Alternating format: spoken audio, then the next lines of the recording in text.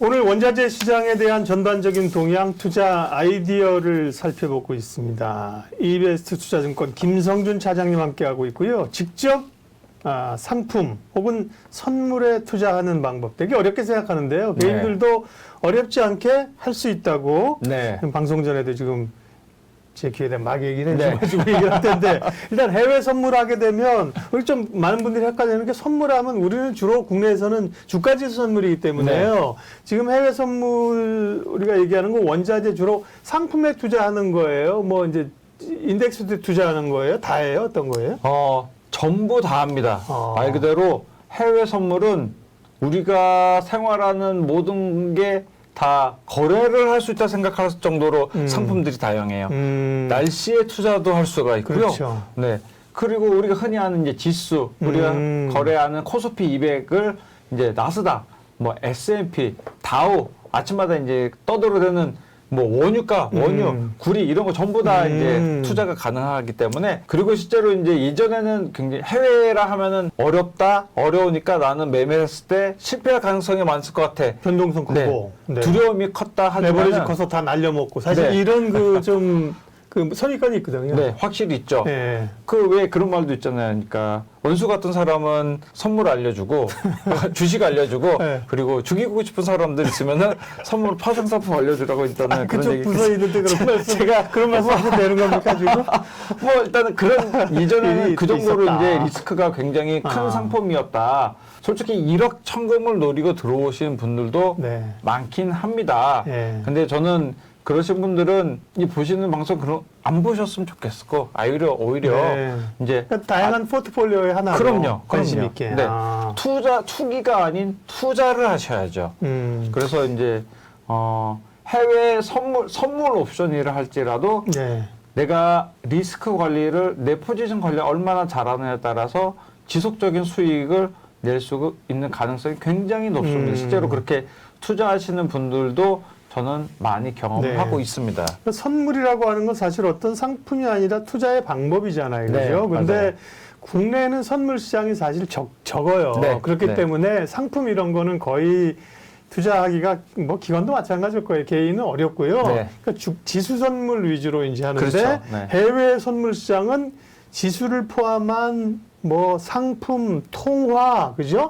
굉장히 많은 그 해외 선물 시장이 있다는 거고요. 맞습니다. 그 시장을 물론 변동성 있고 까다롭긴 하지만 개인들도 접근할 수 있다. 그럼 개인들이 그런 해외 선물 그래 뭐 원자재 이런 거 내가 직접 뭐 좀 해보고 싶다. 혹은 해외 지수에 투자하고 싶다. 그러면 뭐 어떻게 뭐 해외 증권사를 가야 돼요? 어떻게 되는 거예요? 뭐 지금은 이제 웬만한 증권사에서 이 해외 선물이라는 상품을 계좌만 있으면은 바로 거래가 가능하세요. 해외 주식은 지금 이제 증권사들을 통해서 많이 하잖아요. 해외 주식하는 것처럼 그 계좌를 가지고 있으면 해외 선물도 투자가 다 가능하다는 거예요? 그러니까 해외 선물 계좌가 별도로 있어요. 그러니까 우리나라 해외 증권 계좌랑 달리 해외 선물 계좌가 따로 있다는 거죠. 국내 주식 계좌가 있고 국내 선물 계좌가 또 따로 있잖아요.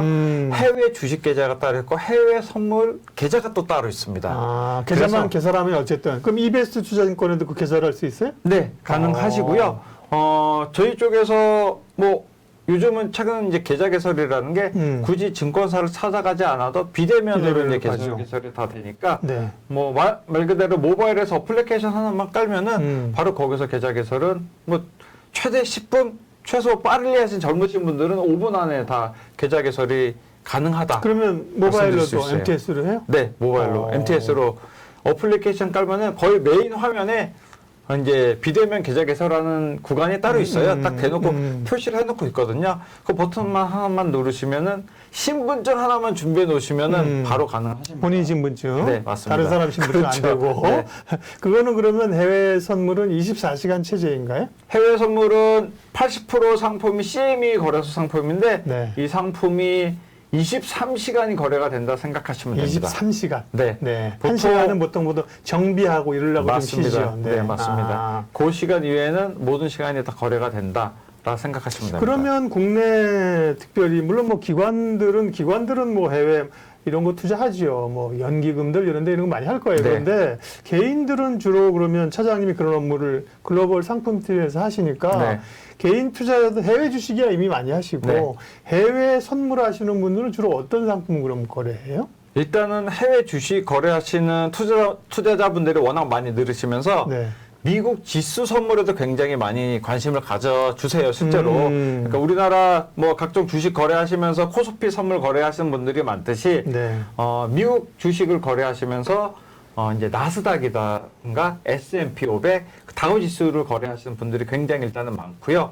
그리고 또 아침마다 여전히 뉴스에서 나오는 유가, 국제 유가 가격을 많이 또 다루다 보니까 유가에 대한 투자도 원유 상품을 굉장히 거래를 많이 하십니다. 네. 일단은 이 상품들이 대체적인 메인 상품이라고 볼 수 있고요. 네. 거기 이제 구리나 아니면 금 가격에 대해서도 이제 뉴스에 많이 나오는 상품이 확실히 거래가 많이 되는 상품이다라고 일단 말씀을 드릴 수가 있을 것 같아요. 커피에 관심 많으신 분, 내가 커피에 조예가 깊어 그러는 분들은 커피도 하실 수 네, 있겠다. 커피도 뭐 거래 가능하십니다. 네, 주로 지수 선물 많이 하시고. 네. 그러니까 미국 시장에 투자하는 분들은 그러니까 기업이 아니라 시장에 투자하는 분들은 지금 그냥 보통 이제 ETF 같은 걸 많이 사거든요. 네, 그죠? 맞아요. 네. 지수를 기반으로 한 이건 지수 선물에 들어가는 거구나. 맞습니다. 근데 선물하게 되면 레버리지가 굉장히 크고 우리 국내에서 저도 잘 몰라요. 그래서 여쭤보는 게 뭐 증거금 조금만 내고 왕창 내버려서 나중에 또 그걸 뭐라 그러죠? 추가적으로 추가 증거금이 발생돼서 그런 구조예요, 아니에요? 그거는 똑같아요. 모든 선물 구조는 국내든 해외든 똑같습니다. 그러니까 기본적인 증거금 이제 진입을 하기 위한 개시 증거금이라는 게 필요하고요. 네. 그 증거금을 또 유지하기 위해 유지 증거금까지도 이제 필요하기 때문에 개시 증거금이 대비 이제 유지 증거금은 이제 20% 정도 이제 떨어진다거나 아니면 같은 가격으로 책정을 해놓은 증권사들이 대부분이기 때문에 일단 개시 증거금이 있다 하면은 계속 그대로 유지를 이제 해야 된다. 네. 선물이란 거는 증거금 제도가 있기 때문에 이 증거금은 반드시 유지를 해야 된다라는 점은 꼭 알아두셔야 됩니다. 그러면 해외 선물 투자할 때 주의해야 될 점은 어떤 것들이에요? 기본적으로 내가 어떤 상품을 매매하는지 먼저 이제 그 상품이 뭔지 정확히 이제 알고 인식을 해야 될 거고, 네. 그리고 이제 거래되는 패턴에 대해서 정확히 인식을 하셔야 돼요. 그러니까 주식이랑 다르게 매도를 먼저 진입을 할 수가 있기 때문에, 그러니까 선물이 좋은 게 그렇죠. 이제 주식은 주로 공매도 사실 개인이 어렵잖아요. 네, 그러니까 맞습니다. 주로 롱만 들어가는데요.